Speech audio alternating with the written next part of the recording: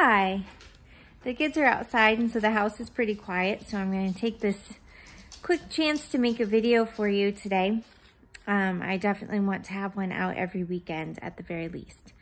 So today I wanted to talk about scheduling and planning. And right off the bat, I want to say there has to be a balance. So over planning as well as under planning will take away your peace, and you need peace in your home when you're schooling kids at home, when you're educating kids at home. You need there to be peace. You need your heart to be at peace so that you're not getting angry at them and causing strife with them. The better your relationship is with them, the better they're going to learn. And homeschooling can improve your relationship with them, but you definitely don't want to do anything that would harm that, like over or under planning or scheduling. So let's dive in. I'll kind of tell you what I've been thinking about this for the past couple of days and what we do at our house. So first of all, let's just talk about your daily schedule, your daily routines. The first thing that I always say when you're wanting to create a new routine or new schedule, and probably when you're starting school in the fall that you're going to start a new and different schedule, the first thing you ought to do is look at what you already do. Look at what comes naturally to your family. Look at what time the kids just wake up when they're allowed to sleep in. Look at what time you guys normally get around to eating lunch. Look at how much time it takes the family to be awake and going in the morning. Look at what time do you get out of the house for things like church. That gives you a good gauge of how long it takes you to get ready for a day. So look at what you're already doing and what's already normal and natural. Look at what things that work really well and what things your family really loves. If there's a particular time of day that your family loves to be outside, or a particular time of day that it seems like everybody is just really calm and focused. That's our driveway alarm, sorry. We got some mail. Sorry, I should probably try to edit that out, but I don't know if I will.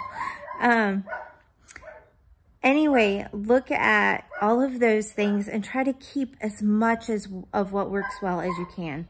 Keep the things that work well. Okay, I'm back. I think this might be a video that'll be pieced together. A lot of little videos pieced together. Okay, so after you look at what you're already doing for your daily schedule and what works well, and you try to keep it, at this point you probably should get out a pen and paper and write down estimates of what time things normally happen, and write down what things you're keeping at those times. Of course, none of the times that you write down are going to be exact. They're just approximations when you're making a homeschool routine. Then you need to look at what you're doing every day on a normal basis and think about what does not work well. What needs to go? Maybe the kids watch that extra hour of TV and then they get grouchy, and that's not good for them. You don't want them grouchy when you're trying to spend all day at home with them. So you need to cut that out and try to replace it with something good, something fun, so that it's an easy thing to be replaced. Like maybe that's a good time to do some read alouds. All right, and then of course you need to look and say, what do I need to add? We need to add a whole school day, right? I need to have time for everybody to sit down and do their homework. And yes, sometimes you are going to add a few hours of schoolwork into your day. And that will be a big change for your kids. But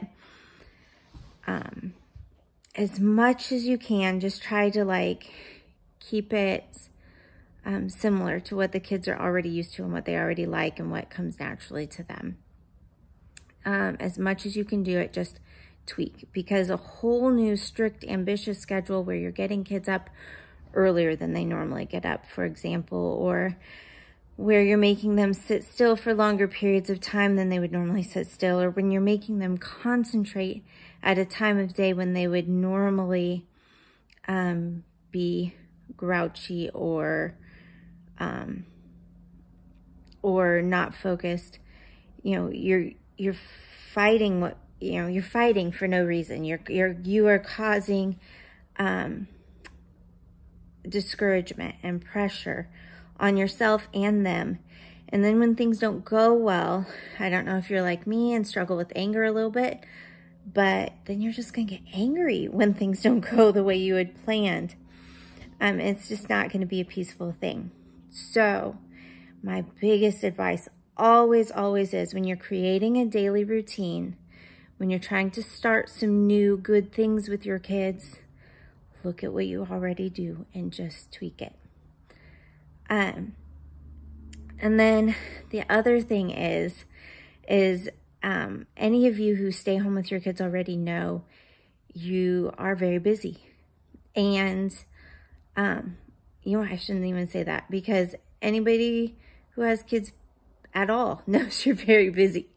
I know when a lot of you are working from home and homeschooling at the same time. And I know you're going to struggle to fit in your own work.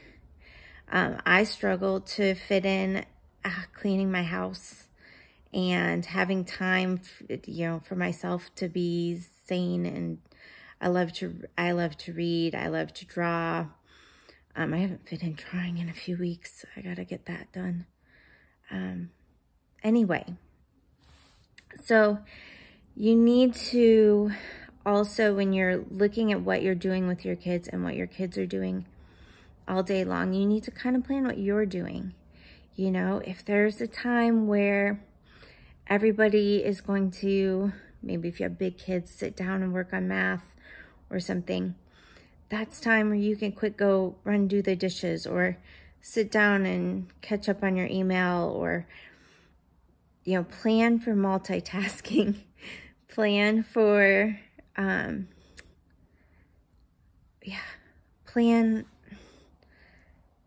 plan for times where you can do two things at once, or where the kids can be doing something and you can be doing what you need to get done and what feels good to you too. So that would be my other advice for daily routine. The most important thing, the last and most important advice, maybe I even should have started with this, that I can give you for daily routine is put God first for you and for the kids. If your kids are really little, they might not want to do a quiet time with you. So do your quiet time and then do a morning time with them where you maybe sing some hymns or read a Bible verse or read a Bible story. If your kids are big enough, you can maybe save your quiet time until everybody's awake and everybody can sit down with their Bibles and notebooks first thing in the morning. Definitely pray as a family before you try to start your day. It'll make your schedule go so much more smoothly. And there will be that peace and less anger. So that would be the most important thing to fit into your daily routine. Okay, so that's the daily planning and scheduling. But then there's also this issue of like the yearly scope of the, fitting in all the curriculum by a certain time. I can tell you what I did when I was a teacher. I can tell you what I did or what I do now, and I can tell you why. And I know different people function differently. And there are other homeschool moms that do this very much differently than I do. So, but there's a rhyme and a reason for what I do and why I do it. When I was a teacher at the Christian schools, I taught junior and senior high kids, and so I had history books that I needed to make it through. And I also wanted to line up English units that went along with the history units pretty well. So what I did was I took the whole history book and I split it up into 4 quarters. And then I only dealt with 1 quarter at a time. I did not do the whole year.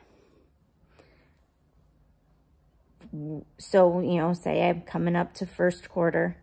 I then looked at only what I decided I needed to get through for the first quarter and split that up into weeks.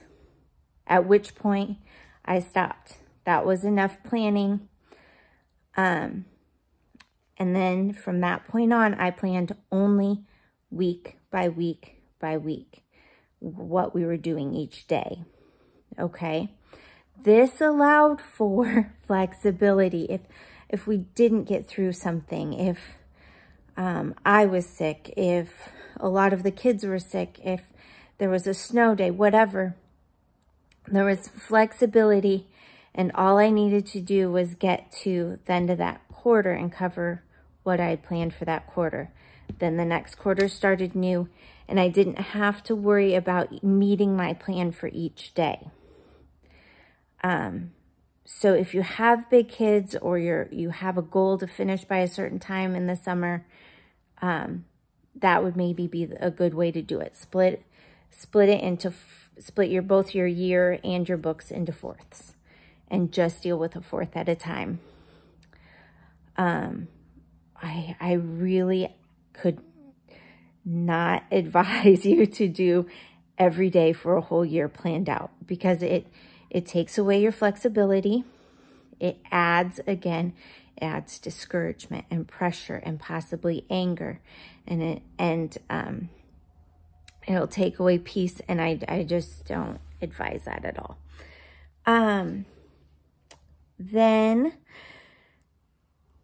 now what I do is I pretty much just grab the book and do the next page. And our curriculum has things split up into weeks. And man, it sure feels good when I'm starting a day 1 on a Monday and doing a day 5 on a Friday, and we've followed that week through. But honestly, most of the time, Mondays are like day 3 or 4, and then Fridays end up on a day 1 or 2, and it's not lined up the way I'd like it at all. When we get closer to the end of the book or the end of the year, I will sit and go, okay, I hope to do these days this week, and these days this week, and these days this week, and maybe this will be our we're done for the summer day. But it's a maybe, it's a flexible, it's not hard and fast. And really for the past couple of summers, we've done school way into the summer, way late, way past the May or June normal ending days. And because we just kept going a day at a time, pull out the books and do the next day. Now I would advise, and it's something I've not done, but I really need to, because the state of Iowa wants you to have a certain number of days of school done, it would be smart to have a planner and write down what you did. Maybe if you're more organized or have big kids, you could write out what you hope to do week by week. I just wouldn't write down a daily plan farther out than a week at a time, because you need to allow for flexibility. But that's my opinion on the yearly plan. Some mamas do a lot more planning than that. I wouldn't, but teach their own. The other thing, of course, that you need to keep in mind when you're creating routines and schedules is what your weekly routine and your weekly schedule looks like. What days, what times of the day does it work for you to schedule doctor's appointments? What activities are your kids going to be involved in? What co-ops are you going to be involved in? What is that going to do to your time when you're at home and concentrating on your curriculum? Be very protective of your time at home. Be very protective of your time at home. I will say, though, as far as the multitasking in a week goes, it does work pretty well to do morning time in the car if you need to. Like sometimes I pick up groceries in the morning and we do morning time on the way to and from picking up groceries. So then when we get home, we put away groceries and go right down to sit down school. So, you know, figure that stuff out too. But I hope this helped. I hope this helped you think of things and gave you some hints on how to organize your schedules and your routines. Bye.